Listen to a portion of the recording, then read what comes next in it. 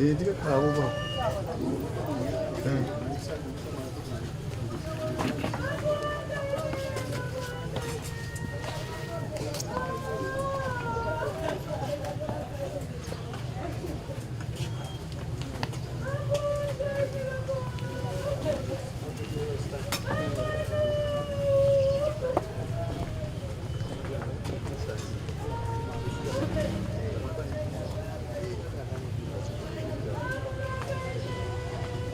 Huko ni mamambona ng'ombe kuse huko.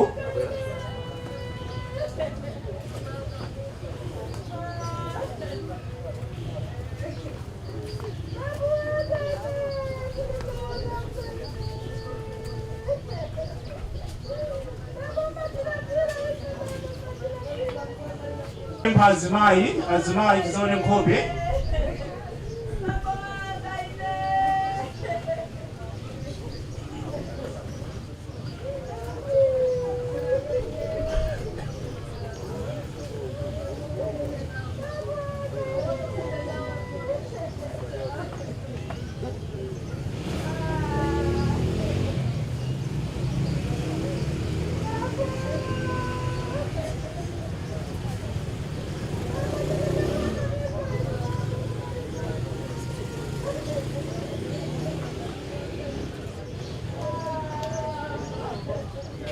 Tawi nonjola ng'ombe Azimai.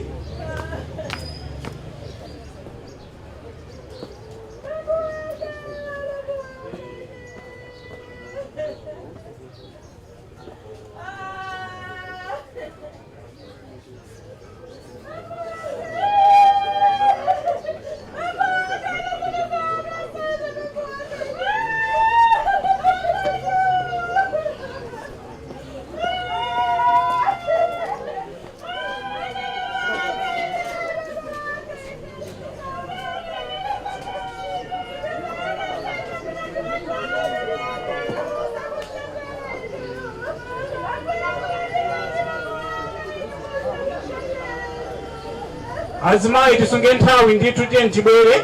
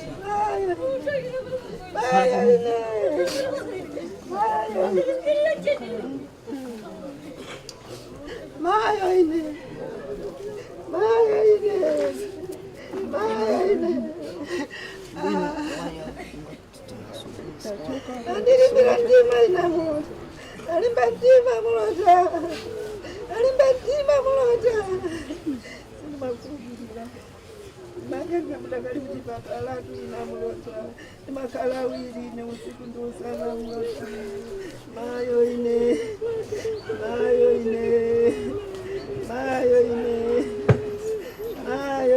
imepigwa zibambo zake ndicho tusa mfumo yake mayo ine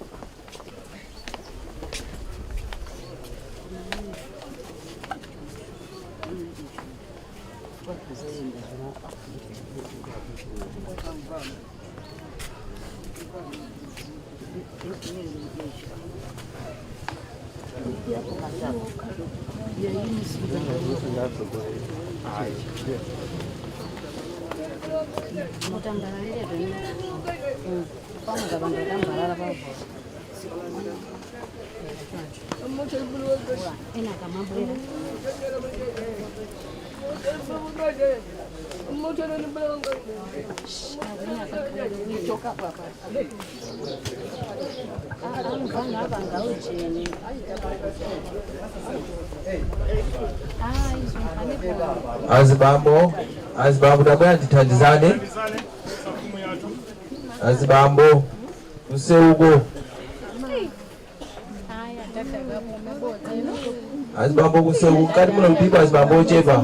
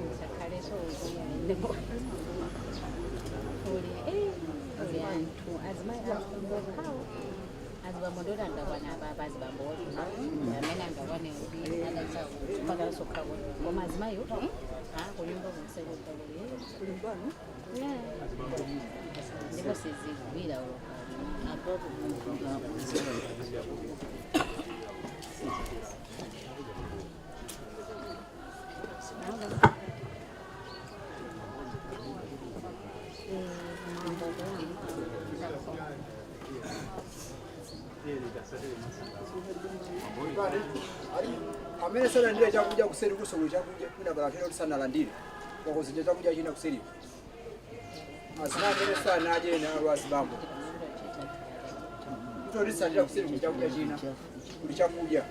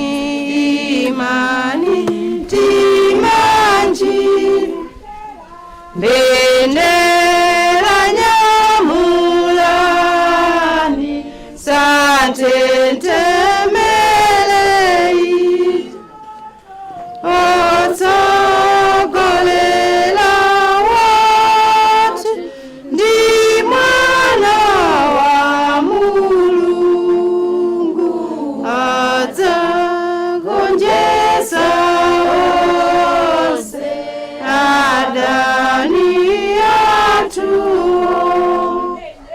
timenye kondo yomwe yambuye watu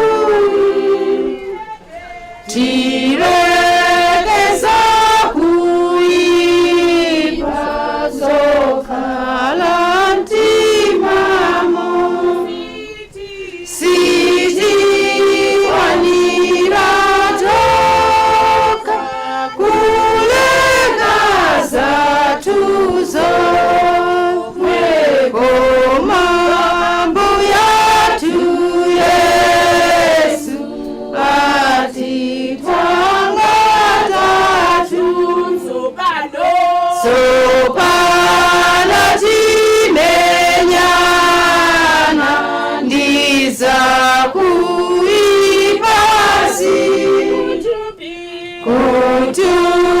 kutupitile pera umenya kondai tifare zina zote ndipo tipembele tuvoma mavuto atatidzakambana tu Akristu limbikani timani timanji pamene nkhondo yatha tidzaka kwatuko Yesu adzalandira ankhondo ake onse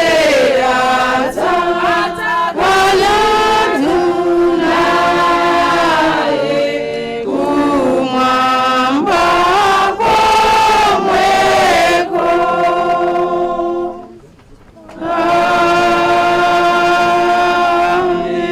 Amen.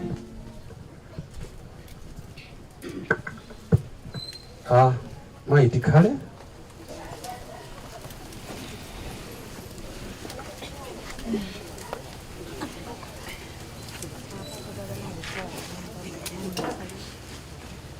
Koyamba tikufuna kuyamika Mulungu chifukwa chotizusanso ndi moyo lero pamene tabwera kuzalira ndi anzathu ku banja la Mlota komanso kuno ku zone 14 ndi ambiri amene akanafuna kukhala ndi moyo lero koma mwina sizinatero. Ambuye ife watizutsa ndi moyo komanso mphamvu kuti tikhoza kuyenda nkufika kuno kusiwa akuti muzonse koma tizimuyamika iyeyo. So munyengo yopweteka ngati timakhala ndi chifukwa choti timuyamikenso Mulungu. Timafuna kupereka liwu lopepesa kwa amayi Mlota komanso onse akubanja pamene mwagwa mutipwa ili munyengo yovuta ili munyengo yosazolowereka. Munthu ndani amene angayime ndikulankhula liwu loti inu mukatotozedwe liwulo ngati sili kuchokera kwa Mulungu. Ife tikadana pa Mulungu yemweyo kuti komatu akakhuze mitima yanu yosweka nakachiritse mitima imeneyo. Ife ampingo wa Michiru CCAP komwe bambo wathu bambo Charles Mlota timasonkhana nawo mafuna mudziwe kuti pamene mukulira ifenso ampingo tikulira chifukwa bambo Charles Mlota anali chiwalo cha mpingo wa Michiru CCAP komanso chiwalo cha thupi la Khristu. Ambuye koma akutonthozeni nakachiritsa mitima yoswekayo. Timafuna tipereke ulemu kwa group village headman Chilomoni komanso ndi mafumu onse amene akuthamangirani alandire ulemu. Tipereke ulemu kwa onse ndale mukubira kuti pakati pathu tili ndi ma shadow MPs, ma shadow councillors. Mulandire ulemu wanu mwapaderadera councillor athu bambo Lichowa, mulandire ulemu wanu. Timafunanso tipereke ulemu kwa onse ogwira ntchito za boma amene muli pakati pathu, komanso kwa ogwira ntchito mu private sector. Mkutheka pano tili ma CEOs, mulandire ulemu wanu. Tipereke ulemu kwa amayi ndi abambo komanso anyamata ndi atsikana. Tikuthokozeni kwambiri chifukwa chopatula nthawi yanu ndi kubwera kudzakhala nawo pa mwambo wa maliro pamene tikuperekeza bambo athu Charles Mota. Ndimafuna mwapaderadera ndipepese a chairperson adera lino zone 14 bambo Mtupanyama ndi executive yanu komanso zone yonse kuti pepani pamene tikuyamba mwambo wa maliro. Pakolo pano tinokhala ndi zolankhula kenako tikali kupita ku church cha Michiru CCAP komwe tikakhale ndi mapemphero. Kuyamba zolankhula mafuna ndipereke mpata kuyambirira kwa eni mbumba mbali zonse ziwiri, kuchimuna ndi kuchikazi, kuti akayime ndi kutilankhula eni mtundu.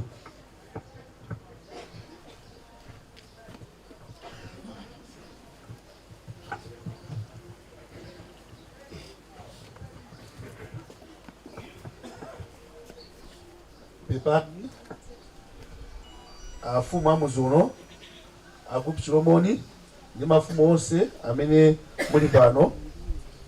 Pepani ampingo, pepani aspani mama kamene mwesa mwambo na DPP koma asipani zosiyanasiyana tikuti pepani. Pepani aliyense amene pano ndi amayi. Ife akuchimuna kuchokera kwa Mulota choyambirira tufuna tithokoze afumu amuzi uno poti samalira bambo athu amene wagona pa zaka zonse adabwera kuchilomoni kuno. Tithokoze ampingo amene mwayesa mwambo zitativuta sibatisiye dokha mwakhala nafe ndipo muli nafe, tiyamikire. Tithokoze chipani kuposaposa tiona councillor Lichowa anyaga adira lino, tikuthokozeni ndi mashado onse makouncillor komanso mashado MP azipani zinaso taona pompano tikuthokoza. Ife akuchimuna tibe mawambiri chachikulu tufuna tithokoze ife kwa Mulota, mayi Mulota amene amalisamala babu athu atigwira ntchito yabwino kusamala babu athu kuyambira amene anakwatirana kufika pano. Sinamve mlandu wina lolonse kwa ife kwa Mulota, ndipo ife ndipemphe pamene pona kuti mmene bambo Mulota apita kusakhale ugawa kusiyana pakati pa Mulota ndi akuchikazi. Pali ana pali uno niyo mayi kuti samalebe ife kwa Mulota. Kusesa ndi lomwe ndikafika pamenepo ndazusanzanga akuchikazi kuti nawo apeke pepani.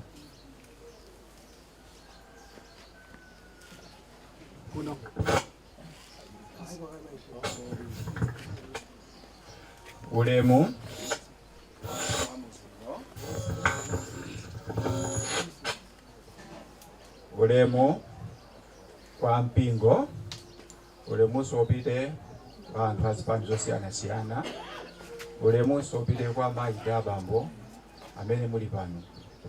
Ife akubanja tibe mawu ambiri kwathu ndikudira kuti taluza bambo wathu umene unali nzatu wathu umene matha kupita ukatenga kwenzeru. Chambire kwazi wa bambo wathu 1981 kuzafika pano ndi amene nali sanamira imene timapita ukatenga kwenzeru. Kotero ife akubanja tiolira kuita ya bambo wathu. Pomalizira tikoze onse amene mwabwera pano mwasiya ntchito zanu kubwera kuzatikuta pamwambo ziko. Somo kubiri nthawi tipereke ku chipani kuti akhoza kuima ndi kutilankhula. Achipani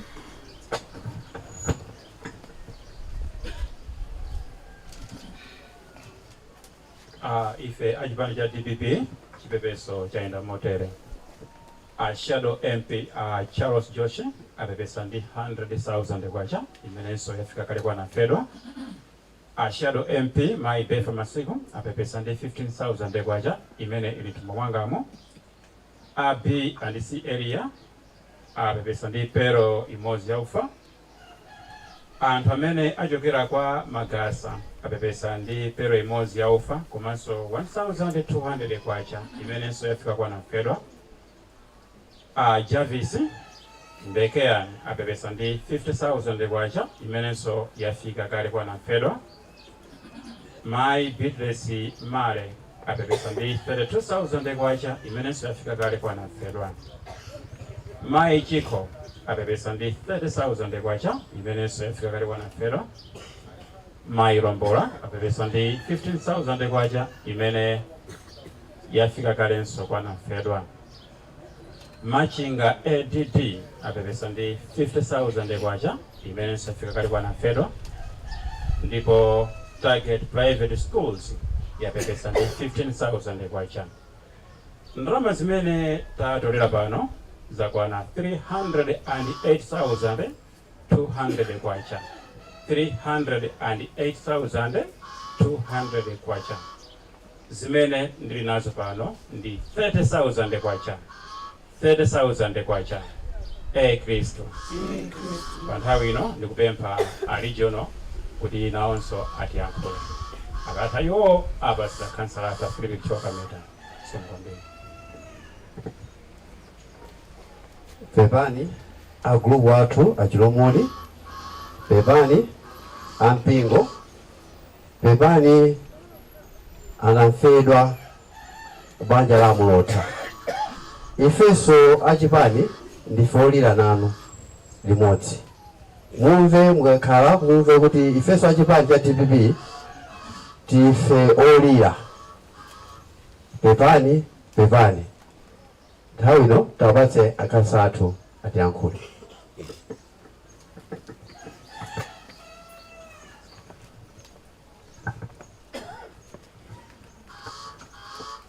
Pepani abanja mbali zonse ziwiri kuchimuna komanso kuchikazi. Pepani ampingo chifukwa choluza gogo amene masonkhana naye kumpingo. Pepani achipani cha DPP amene mukuyendetsa mwambowu komanso ndi zipani zina zonse. Pepani agulupu achilomoni aine akadera lino. Pepani amfumu achopenga. Pepani amfumu achinkomanje. Pepani so akansala anzanga anyimba ndiye na tonse ndikati pepani. Ine zambiri zoyankhula ndilibe koma changa ndi chisoni malingana ndi imfa ya bambo mmene ayankhulira akubanja kusonyeza kuti pali gapu yayikulu imene zidzukulu zidzawasowa agogo. Choncho mosapita patali ndikangoti mzimu wa malemu ukause ndi mtendere. Ndimafuna so ndiyankhule ichi amayenda abambo malingana ndi malamulo amene atipatsa ameki. Tikadziwitsani kunena kuti ife achipani nyengo ngati ino akunena kuti chipepeso china chilichonse chimene wapereka Shadow musalengeze musamutchule dzina. Chifukwa mukalengeza kutchula dzina ndi mulandu ndiye kuti mukumpangira mavuto munthuyo amene akuyimira ngati candidate mudera mwathu muno. Choncho pa nthawi ino musatchule dzina la Shadow wina aliyense. Komanso ndikapemphe kunena kuti pamene tikuyenda mu nyengo imeneyi ya kampeni tiyeni tipangeni kampeni ya bwinobwino ya dongosolo. Tisamenyane tonsefe ndife abanja limodzi tikungosiyana mitunda yochokwera. Pa nthawi imeneyi ngati ine kansala ndiye kuti maudindo athu akunena kuti atha lero 12 koloko ya usiku. Mokuti ndiye kuti kuyambira mawali sindikuyeneka kuloledwanso kuyimirira kuyankhulanso pamaliro ngati pano chifukwa tikuyeneka kuti ground tilisiye mofanana. Ndiye kuti sindikuyeneka kuyankhulanso ndiye kuti nthawi yanga ikutha lero lino. Choncho tikuyeneka kuti tiyendere limodzi komanso pamene tikuyendera limodzi choncho maderamu timakhala ndi amini zovula zikatichitikira chonchi. Timapeza kuti adzipani timakangana kukanganirana kufuna kuyendetsa maliro. Tikapempha kunena kuti pamene anamfedwa zawachitikira iwowo ali ndi ufulu osankha chipani chimene akufuna kuti chiwayendetsere mwambo wa zovutawo. Choncho ife azipani tisakangane ayi, ndi tidzaonesa chitsanzo cholakwika mudera mwathu muno. Ndi mawu amenewa ndikuthokoza nonse chifukwa cha kumvetsera kwanu. Ambuye akudalitseni. Ameni. Amen.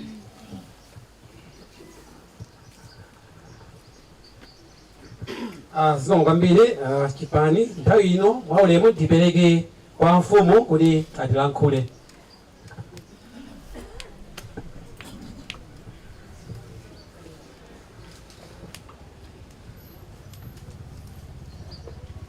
Choyamba ndifuna ndikapepese kubanja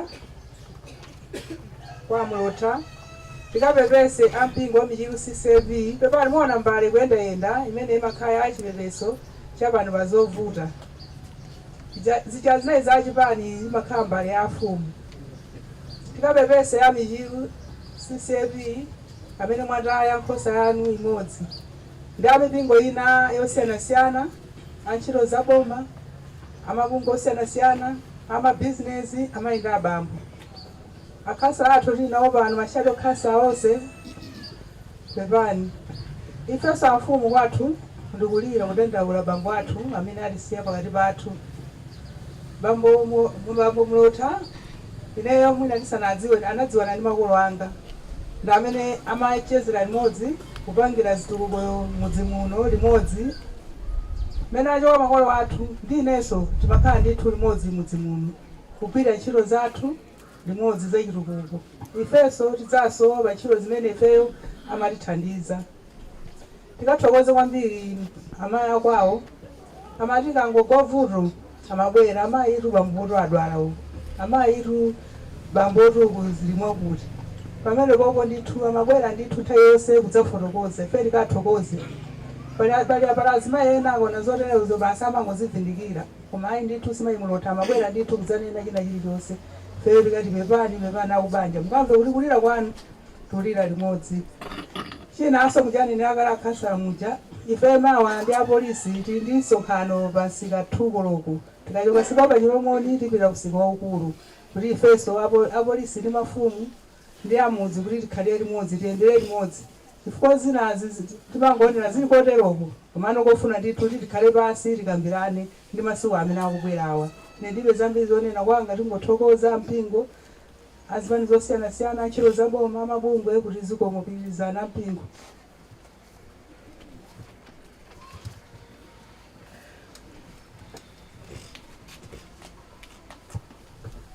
Zikomo kwambiri mfumu athu.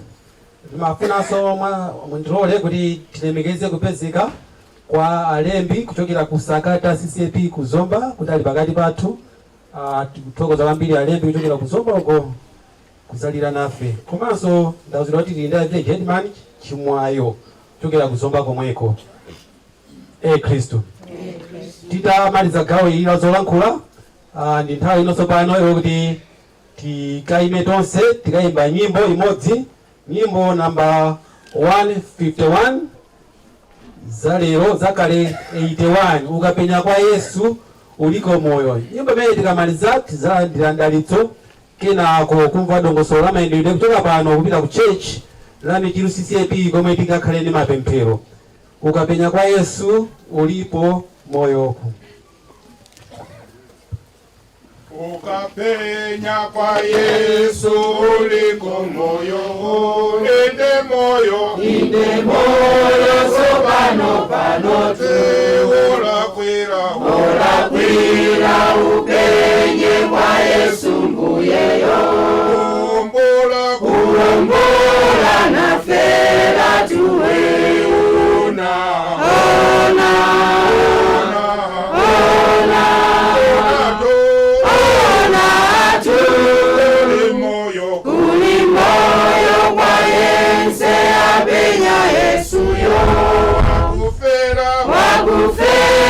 tupantandapo anasenza pamwanji uchimo onsewo ngati wanu wa Yesu suliko mwanji mwazi waketsa kutsuka ifetu ngati usuti kwana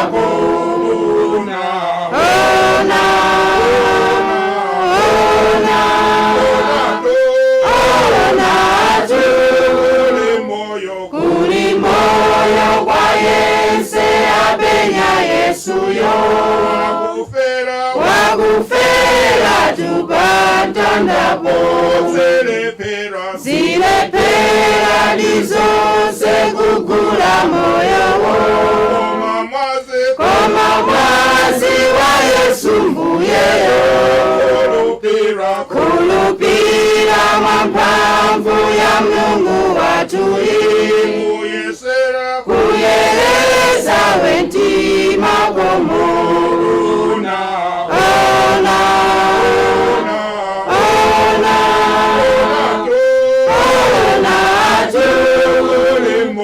kuli moyo kwa yense apenya Yesuyo wakufera tupantandapo anatera pantanda zichito zonsezi zombola mizimu yatui ndipo yense akaza mukundwakondwadi moyo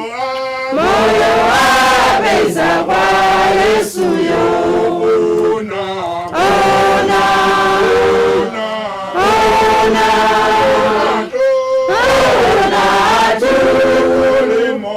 kuli moyo kwa yense apenya Yesuyo wakufera tupantandapo.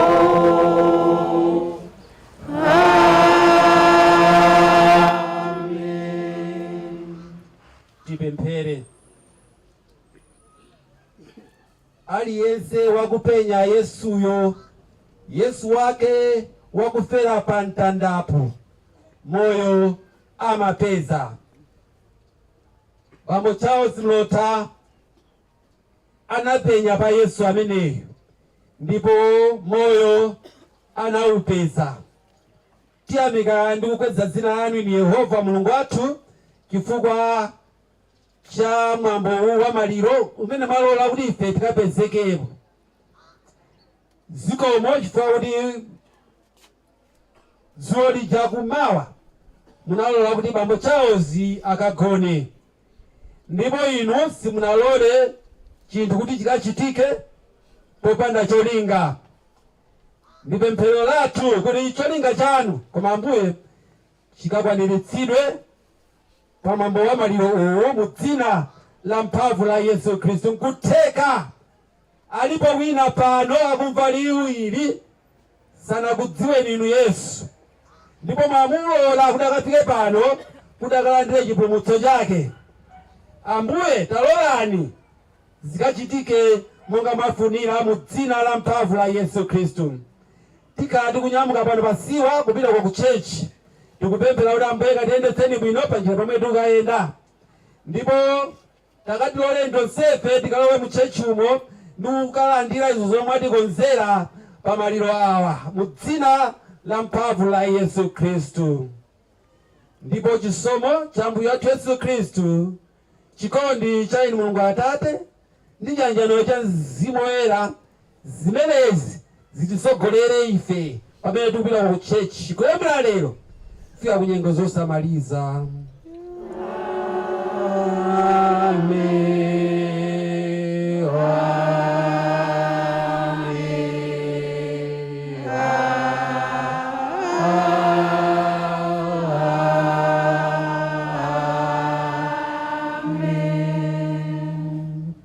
Amen. Tilikimbire choncho ndipeleke microphone kwa chairperson adi alino Bambo Mtupanyama kuti atipase dongosolo la mayendedwe.